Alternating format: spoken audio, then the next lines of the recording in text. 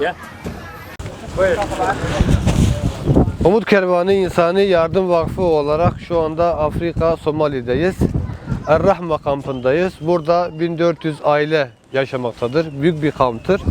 Bu kampların ortak alanı dediğimiz alandır. İnşallah hayırseverlerimizin göndermiş olduğu gıda paketlerini şu anda arkadaşlar indiriyorlar.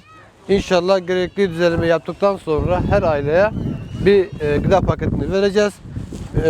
Allah-u Teala bu katkıda bulunan bütün hayırseverlerden Allah razı olsun inşallah. Allah'a emanet.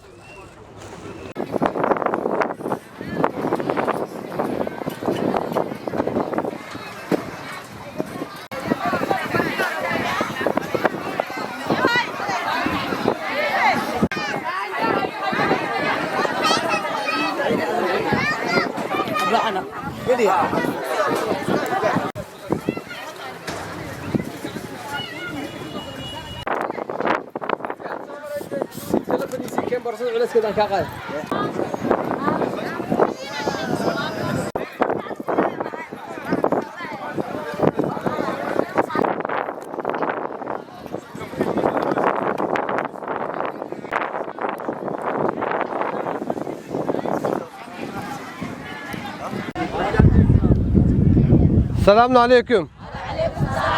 Rahmetullah. Ehlen. Umut Kervanı İnsani Yardım Vakfı olarak şu anda Afrika'nın Somali ülkesindeyiz. Er-Rahma kampındayız. Bu kampta 1400 aile yaşamaktadır. İnşallah burada hayırseverlerimizin vermiş olduğu gıda paketlerini biz bu kampta dağıttık. Tekrardan Allah-u Teala hayırseverlerden razı olsun. Allah hayrınızı kabul etsin inşallah. Somali'den Türkiye'ye selamlar.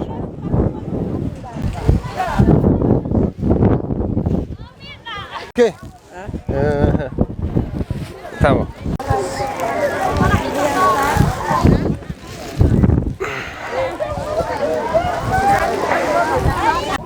Ahlan, ahlan, ahlan. Aleyküm selam ve rahmetullah.